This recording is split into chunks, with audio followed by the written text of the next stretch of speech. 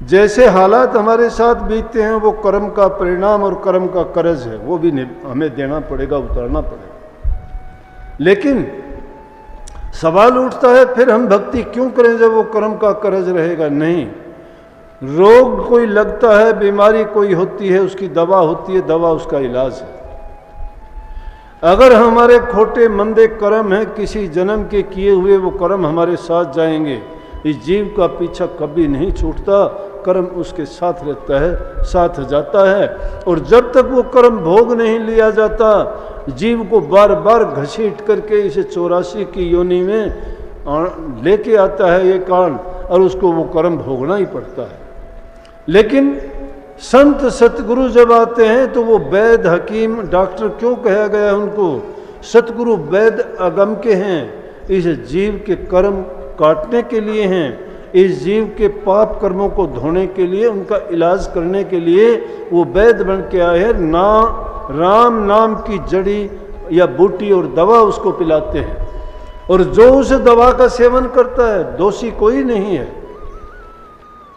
दवाई अगर ले भी ली और कहते हो कि दवाई लाके हमने उसका सेवन किया ही नहीं, और डोंडी पीटते हैं कि मैंने दवाई ले ली, दवाई ले आया, मैं दवाई ले ली, उस वैद्य की है, उस डॉक्टर की है, इलाज सरतिया है, कोई फायदा नहीं है। दवाई ले आए, क्या दवाई ली आपने? क्या दवाई के परहेज आपने पुगाए? क्या डॉक्टर की कहन पूरी की?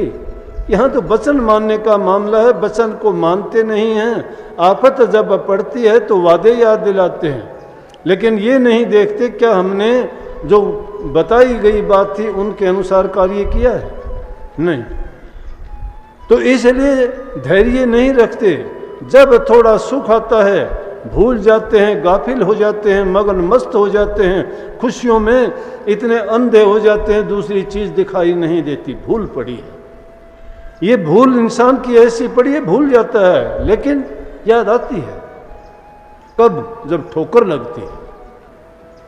परंतु ठोकर जिसको लग जाती है, गिर जाता है, उसको कोई ना कोई उठाता है,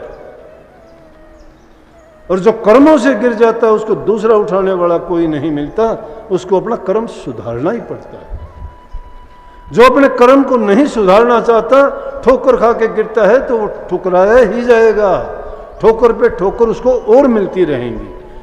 क्योंकि ठोकर लगने के बाद तो इंसान को सुधार आना चाहिए, और ये जीव 84 लाख योनियों में ठोकर खाते खाते, घूमते घुमाते, और उसे कर्म को ढोते ढोते यहाँ तक कि इसको अच्छा अवसर प्राप्त हो गया जो हमें मिला है। कितना अच्छा है! कीमत देखो इस शरीर की, इन इंद्रियों की, ज्ञान की, समझ की, बुद्धि की, विवेक की। क्या कमी है? चलने के लिए बड़े अच्छे पैर दिए हैं, काम करने के लिए हाथ दिए हैं, सोचने के लिए बुद्धि दी है, देखने के लिए आंखें दी हैं, सुनने के लिए कान दिए हैं, फैसला करने के लिए विवेक दिया है। कितना सुंदर शरीर, कितना अच्छा अवसर मिला, और फिर उस अवसर को प्राप्त करके हमने इसको किस चीज के कोड़ियों के बदले लगा दिया, दुनिया के ऐसो आराम में लगा दिया। जिन कामों के लिए चीजों की बख्शीश मिली थी, काम लिया ही नहीं। इस जबान से दुनिया भर की निंदा और बुराइयां करते करते कभी नहीं थके। प्रभु का नाम लेने में हमें कभी इतना टाइम भी नहीं मिला कि उनका चिंतन भी कर सके। कहाँ किसके धीरज धरोगे? धीरज धरने की बात तो यह है कि इंसान ये भी धीरज रखे।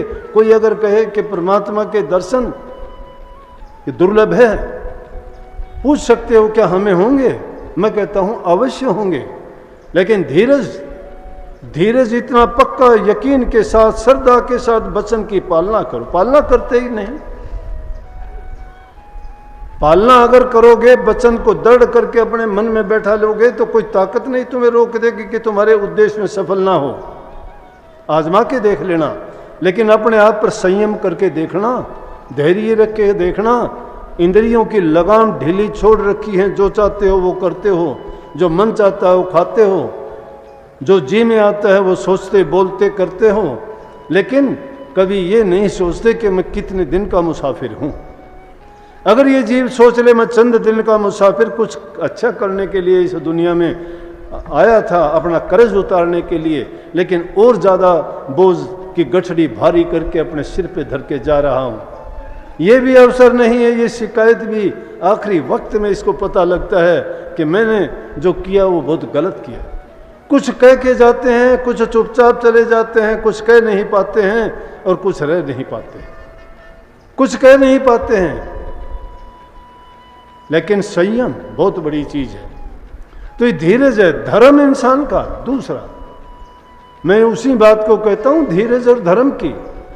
धर्म का निर्वाह करो, जिस हालात में, जिस रिश्ते में, जिस पद पे, जिस जगह पे हो, उस पद पर पूर्ण रूप से काम करो। बेटा बेटे की तरह से, पति पति की तरह से, पत्नी पत्नी की तरह से, भाई भाई की तरह से, धी धी की तरह से, जमाई जमाई की तरह से।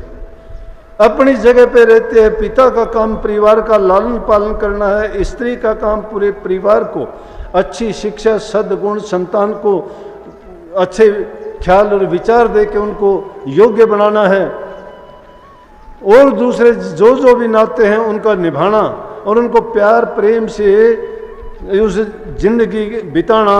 और उसके साथ साथ जो सबसे मुख्य करके चीज जिसके गीत गाए जाते हैं, जैसे आप इकट्ठे हुए हो इतने लोग, किस लिए? गुरु के दर्शन करने के लिए, गुरु के वचन सुनने के लिए। गुरु के वचन में वचन कौन सा होगा? जिसमें प्रभु का नाम होगा, जिसमें सुखी जीवन बिताने की बातें होंगी, जिसमें बुराइयों को त्यागने के संदेश होंगे, और अपने जीवन को किस तरह से हम जिए ऐसे उपदेश होंगे। जो इन चीज़ों को नहीं निभाता है, निर्वाह नहीं करता है, उनको नहीं मानता है, वो कोई धर्म नहीं है उसका। ये धर्म ना मान लेना कि मैं राधा स्वामी हूँ, मैं बुद्ध हूँ, मैं जैन हूँ, मैं ईसाई हूँ, मैं सिख हूँ, ये धर्म नहीं है, ये मजहब है। ये मजहब बन गए हैं। धर्म तो इंसान का वो है कि वो अपने जिस काम के लिए पैदा वो उन कामों को करे।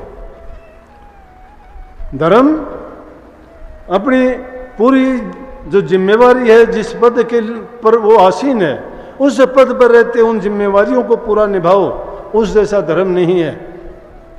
एक बेटा है, माँ बाप ने उसको पैदा करके इस योग्य बना दिया, पढ़ाया है, लिखाया है, सब चीज़ों के योग्य बनाया है, तो उसका फर्ज बनता है अपने माँ बाप की आज्ञा का पालन करे, उनकी सेवा करे, उनके बुढ़ापे में मदद करे, अपने परिवार का नाम रोशन करे, बुराइयों को त्यागे, अच्छे गुणों को अपना के अपने माँ बाप के सपने को पूरा जो करता है वो अपने धर्म का निर्वाह करता है। और जो उनकी बातों के विरुद्ध चलता है, माँ बाप की आज्ञा को मानता नहीं है, उसको जिंदगी में कुछ मिला नहीं करता है। चंद दिन घूम लेगा फिर लेगा, लेकिन आखिर में मिलेंगी उसको काल की ठोकरें ही, जीवन बर्बाद होगा उसका। वो धर्म नहीं है। क्यों कह दिया? स्त्री पति धर्म का पालन करती है, दूसरे इंसान को वो इंसान ही नहीं मानती अपने पति के सिवाय। इंसान को भी चाहिए कि पत्नी के सिवाय दूसरी स्त्री के साथ नाता उसका बहन का, माता का और बेटी का ही होना चाहिए। ये धर्म का पालन है। पतिव्रत धर्म अलग है, भाई धर्म अलग है, माता धर्म अलग है, पिता धर्म अलग है। ये सब धर्म हैं। ये धर्मों के नाम नहीं, ये तो मजहबों के नाम रख दिए गए। जो पैदा हो, जिसने भी जो प्रचार किया, जिस नाम से प्रचार किया, उसी के नाम से वो जाने लगे और उनको धर्म कहा जाने लगा। धर्म तो एक ही सत सनातन धर्म है, जिसमें सारे धर्म उसी में शामिल हैं, जो सत्य का, दया का, प्रेम का, भक्ति का, परोपकार का, भलाई का पाठ पढ़ाता है, वो धर्म है। किसी भी धर्म में इन चीज़ों को गौण नहीं है, ये इनको भुलाया नहीं जा सकता। ये सारी चीज़ें सब धर्मों में समान हैं, लेकिन उन धर्मों के लोगों की आपस में लड़ाई है। हिंदू मुसलमान की लड़ाई है, सिख मुसलमान की लड़ाई है, जैन बुद्ध की लड़ाई है, और कितने कितने जितने अलग अलग बन गए एक दूसरे से। वो कहते हैं मेरा बड़ा धर्म है, वो कहता है मेरा धर्म बड़ा है। धर्म तो एक ही है और उस धर्म से बड़ा कोई नहीं है, लेकिन धर्मों का पालन नहीं है। इसलिए कही कि धीरज और धर्म। मित्र को भी विपत्ति के समय में देखा जाता है। मित्र किसको कहते हैं? कई बार बच्चे आते हैं, कहते हैं जी मेरे से गलती हो गई, आपने तो पर्ण करवाया था, लेकिन शादी में गया था, वहाँ मेरे दोस्तों ने मुझे शराब पिला दी। एक बात बताओ कि कोई किसी को बुरे रास्ते पे डालता है, वो उसका मित्र है या दुश्मन है?